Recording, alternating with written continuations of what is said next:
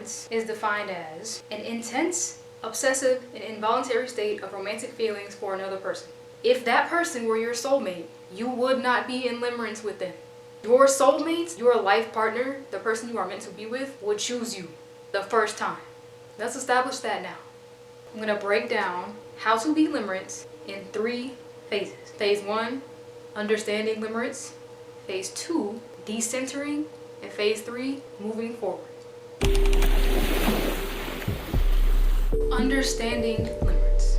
One of the main characteristics of limerence is the obsession about how the limerent object, the person in question, feels about you.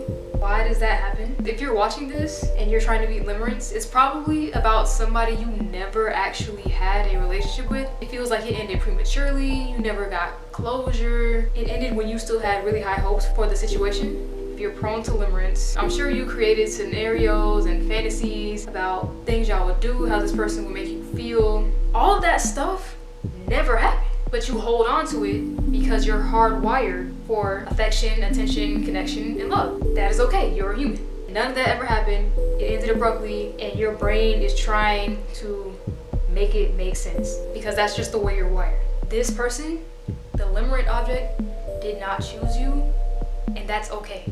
That doesn't mean there's anything wrong with you. You did something wrong. You also put this person on a pedestal. You put so much emphasis on if they like you, what they're thinking. You place so much importance on this person. You feel like it has to be them. You don't actually like them. It is the version of them you created in your mind, like in the beginning of that Ariana Grande song, In My Head. And I'm also sure that if you're watching this video, you probably check their page like it's your job. And when you do that, you get a rush. You get a rush of pleasure chemicals. Serotonin, dopamine, norepinephrine, oxytocin, and it's an addiction. Your brain associates this person with all of these wonderful feelings that they probably maybe gave you like twice. The limerence is in your head. It is you, it is not them. So we understand this now, right? Limerence tells you that it has to be this person. You put them on a pedestal. So let's start off by understanding that it's all in our head, and then let's forgive ourselves for being in limerence. It wasn't your fault, but now that we know and we're deciding to move on, the first step is forgiving ourselves. Compassion, self-love. They didn't choose you, and that's okay. You get to spend the rest of your life with yourself. Now that we understand limerence, what's happening, it's time to decenter this person from our life. It is imperative. This will not work if you continue to check their page. Because when you check their page and look at them, you get that rush of pleasure chemicals that you're addicted to, and it just reinforces that neural pathway. At first, it feels impossible because you're literally addicted to it. It's pleasure chemicals. Give yourself a chance. Deciding to stop looking at that person's page is true self-love. You will be so grateful, so glad that you made that decision. Now, when you do this, you're not gonna magically just stop thinking about them because that's not the way your brain works. We have to let this run its course. The good news is, if you honor your intention, it will run its course. And you will get over this situation, this person, and this limerence. Low-key exposing myself, I stopped looking last year in January, and by June, they didn't cross my mind nearly as much. And then by like November, never thought about them. The only reason I thought about the situation now was to make this video. And in January 2025, I do not think about this person at all. If I can beat limerence, anybody can beat limerence. Because it was bad. It was bad. So stop looking at this person. It's time to become the main character in your own life. Reclaim your attention. Take this person off the pedestal. As time passes, your brain starts to realize how heinous the way they treated you was. If that happened, I can only speak from my personal experience. You'll start to remember the things you overlooked, the red flags, the icks. It'll start to resurface, and then you'll actually feel relief. You'll be glad that it didn't work out the way you thought you wanted it to. This person that you had on a pedestal is not special. You don't need to have them in your life. They don't need to be in yours. They are simply another human who is alive at the same time as you, and y'all cross paths. That's it. That is it.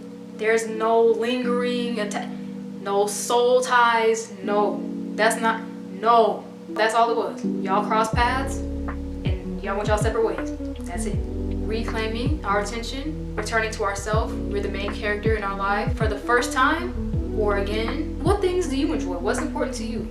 What do you want to do with the rest of your life? What do you want to do in the near future? What movies do you want to watch? Are there any hobbies you want to try? Any restaurants you want to try? New music out? Literally anything. We just stopped looking. We're still ruminating. Our brain's still trying to put it together. Okay, we're allowing time to pass. You're doing your thing. You're at school, your job, self-care, you're hanging out with friends, family, just normal life, everyday stuff. If you're still thinking about them, that is okay. That's part of the process. It's running its course. But now we understand what limerence really is, and we are decentering this person from our life. And now that months have passed, we're back in the groove, they're not on our minds anymore, we've moved on. We've actually done it. We beat limerence. So moving forward, now that we have completed this arc, we have this new knowledge, this understanding, this relationship with ourselves, a sense of self, the obsessions, the scenarios, the fantasizing, that's the way your brain might just work. But now that we know what we know about limerence, we know that it's not them, it's just a neural pathway. It's just the fantasy that you've created, that you've conjured up about this person. We can acknowledge that for what it is, simply a fantasy. Intoxicating chemicals aside, okay, it is valid. Those pleasure chemicals are very strong, very powerful. It feels really real. But we know now that it's not. Now that we understand, we've decentered, we don't think about that person anymore. Someone else may enter the chat. There may be some remaining limerence wires because it's a certain personality type. Now that we know what we know about limerence, we don't have to let the thoughts control our behavior. Now that we are informed, we can make better choices. So if you do start to care a lot about, I wonder how this person feels, you'll realize, wait, why am I putting this person on a pedestal? Sure, they're nice, they're cool. There's no need to put them on a pedestal because at the end of the day, they are another human who is alive at the same time you are, and your paths have crossed. There's no need to form emotional attachments to people who just entered our lives and have all these fantasies and scenarios and create these narratives and spiral because someone isn't behaving the way that you expected them to or want them to. We're not gonna put so much emphasis on it. We don't want to let that affect our mood or our behavior. So what we're not going to do is lose sleep, skip doing important things that we were doing before that person entered the chat. We're not gonna miss meals. We're not gonna stalk them on the internet all day. We've taken our power back. We are the main character in our own lives. We have things that we're focusing on. We have goals, plans, whatever.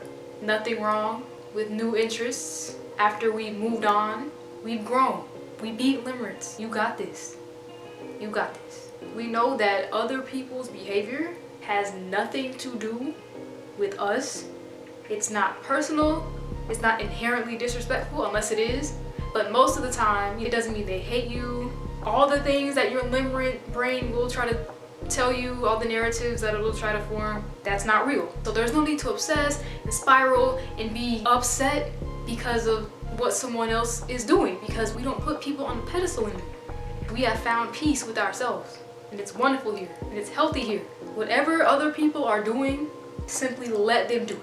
Within reason, of course. But that's a different video. That's a different video. You can't control anyone else's behavior, but you can control how you respond to your limerent tendencies. Your mind is powerful. You are strong. You have grown, and you got this. I hope you enjoyed this video. I hope it resonated. If you are in limerence, I hope that this helped you. I hope that you beat it. I know you can. I know you will. Go ahead and hit that subscribe button. Join the community. We have fun over here. We love ourselves over here. And as always, thank you so much for watching, and I will see you in the next video.